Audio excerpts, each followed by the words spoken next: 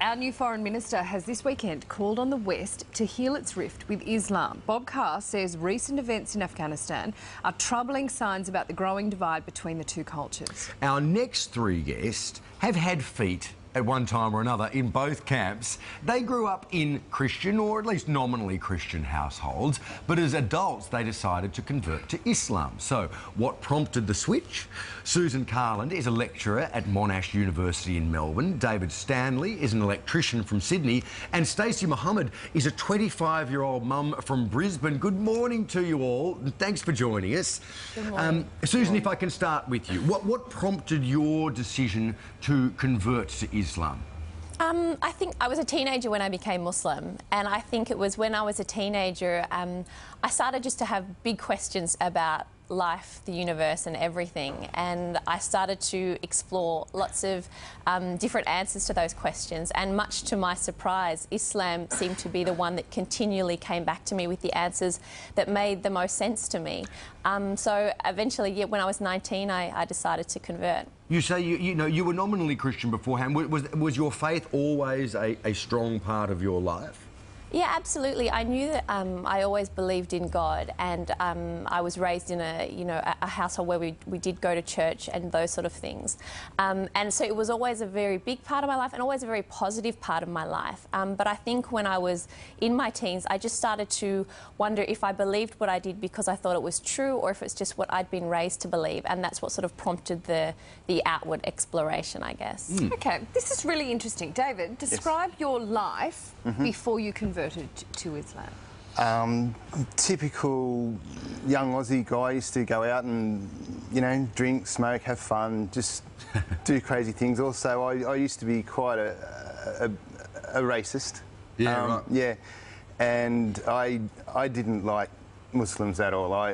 What did you know about Muslims before you became what I thought I knew about Muslims? OK, so firstly, what I thought of Islam is I actually thought Islam was a place, and Muslims came from this place, and they hated everyone, and whoever wasn't a Muslim, I thought they wanted to convert them, and that was it. They're all from Islamabad. Yeah, pretty much. Yeah. What was the thing that made you go, this thing that I don't know anything about, Well, I now want to join up to? I very quickly, within the first minute of a conversation, I very quickly realised that my perception of Muslims and Islam was completely wrong. And straight away I started questioning myself and who I was and who I thought I was, and they were two completely different people. And so looking at you now, I mean, most people have a vision in their heads of what a Muslim man in Australia looks like, and it doesn't look like you. How has your life changed since you converted?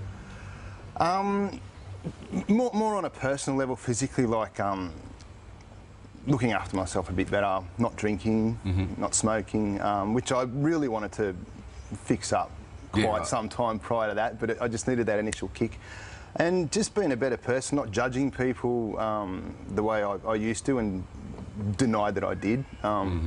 Just more look at myself and fix myself instead of worry about what's happening out there. So more thoughtful about your own life. Yeah, which then cascades throughout to other people that you interact Just with. before we need to bring Stacey in as well, but I just really want to say, what was it other religions do you think are not as introspective? There's obviously not as much focus on health, but they don't force you to be a better person? No, totally not. It just wasn't working for me. Yeah, like, I tried, other things, and in my heart it just wasn't sitting right, I'm not saying anything wrong about them, just for me it didn't work. So Stacey, you also had what many would describe as a typically Australian upbringing.